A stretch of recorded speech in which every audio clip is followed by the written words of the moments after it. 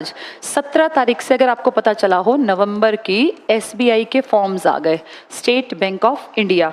इसमें clerical post के form आए हैं जिसमें ग्रेजुएशन मस्ट है। जिसने ग्रेजुएशन कर रखी है वही भर सकता है, 12th वाला नहीं भर सकता, फर्स्ट ईयर सेकेंड ईयर भी नहीं भर सकते। और जिसकी एज फैक्टर इसमें मांगा गया है 20 से लेके 28 के बीच में, 28 से बड़ा ना हो, 20 से कम ना हो। अगर आपके पास रिजर्वेशन है तो अलग बात है, 20 से कम में तो रिजर्वेशन भी काम, बड़े में रिजर्वेशन काम करता है। यहाँ 3 से 5 साल की छूट मिल जाती है SC ST OBC को। तो अगर आपके पास रिजर्वेशन है तो आपकी एज बड़ी निभ जाएगी 2-3 साल, लेकिन छोटी इससे छोटी नहीं चलेगी। ग्रेजुएशन कंपलसरी है और एज 20 से 28। जो लोग ये नहीं भर पाए कोई बात नहीं, इसके फॉर्म ऑनलाइन भरे जा रहे हैं, 7 दिसंबर तक भरे जाएंगे। जो है एलिजिबल वो जरूर भर देना।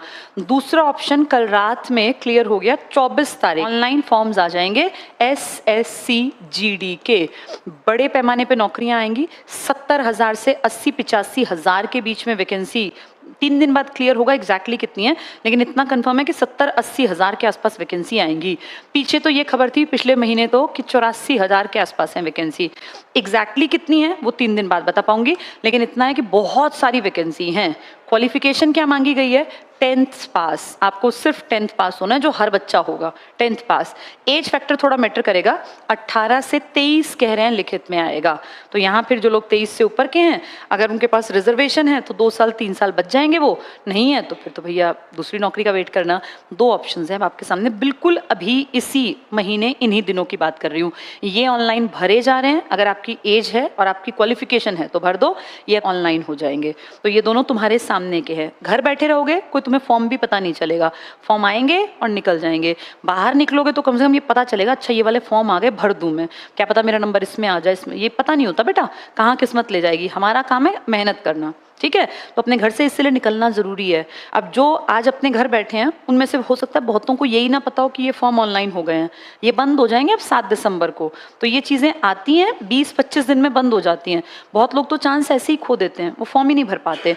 इसलिए घर से निकलो, थोड़े जागरूक बनो। अब जैसे कूप मंडूक बन गई, अब जो पीढ़ी है ना घर में बैठी रहती है, कुएं का मेंढक होता है, उसको लगता है यही दुनिया है, बस कुआं ही सारी दुनिया है। जो बाहर के मेंढक है उसको पता है कि भैया तालाब भी होता है, नदी भी होती है, बहुत सारी चीजें हैं।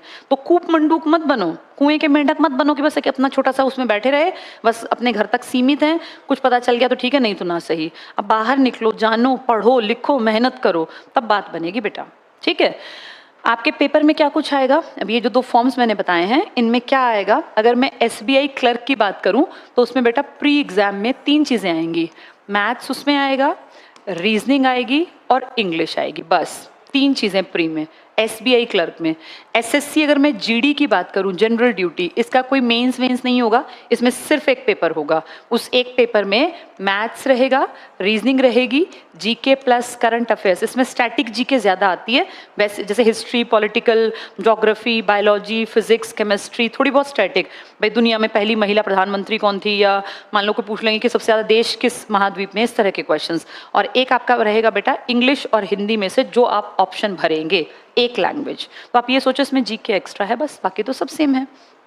इसलिए कहते हैं तैयारी एक बार जम के कर लो, सारे फॉर्म्स भरो, कहीं ना कहीं नंबर आ जाएगा, मेहनत करनी पड़ेगी, ठीक है? तो ये तुम्हारा अब फिलहाल का जो इस महीने फॉर्म्स हैं उनका मैंने पैटर्न लिख दिया है। अब मैं GK पढ़ाऊंगी बेटा। GK बहुत वास्ट है, सबसे बड़ा सब्जेक्ट ही GK है, लेकिन मैं ये कभी नहीं कहूंगी कि GK के पीछे पागल रहना। सबसे ज्यादा ध्यान मैथ्स पर देना, क्योंकि मैथ्स ना दिमाग को शार्प करता है। और मैंने देखा लगभग लोगों को मैथ्स ही टफ लगता है, तो मैथ्स टफ लगता है ना, उस पर ही काम करना है। जो जिससे डर लगे ना उस पर ज्यादा काम करो। GK तो बेटा कहानी है, सुन ली, समझ ली, किताब से पढ़ ली, हो गई तैयार। थोड़ा टाइम लगेगा लेकिन धीरे धीरे सब समझ में आ जाएगा। मैथ्स आपके हाथ का खेल है, आप जितनी प्रैक्टिस करेंगे उतना आगे निकलेंगे। मैथ्स से भागोगे तो पीछे रह जाओगे। सबसे ज्यादा मेहनत मैथ्स पर और रीजनिंग पर करना, ये 2 स्कोरिंग चीजें होती हैं, इनमें नंबर एकदम से आ जाते हैं। GK का क्या होता है, इतना फैला हुआ है। मान लो तुमने इकोनॉमिक्स पे कम ध्यान दिया, पेपर में जाके ज्यादा क्वेश्चन इकोनॉमिक्स के आ गए तो तुम फंस गए। तुमने सब कुछ पढ़ा, तुमने इको कम पढ़ा, क्योंकि बहुत फैला हुआ है ना। इसमें history, political, economics, geography, biology, chemistry, physics, static GK करना बहुत ज्यादा बड़ा सब्जेक्ट है। मैं ये नहीं कह रही कि मत पढ़ना, पढ़ना तो पड़ेगा, लेकिन पागल मत होना, ज्यादा मेहनत करना, बहुत ज्यादा प्रैक्टिस मैथ्स और रीजनिंग की, ये स्कोरिंग है।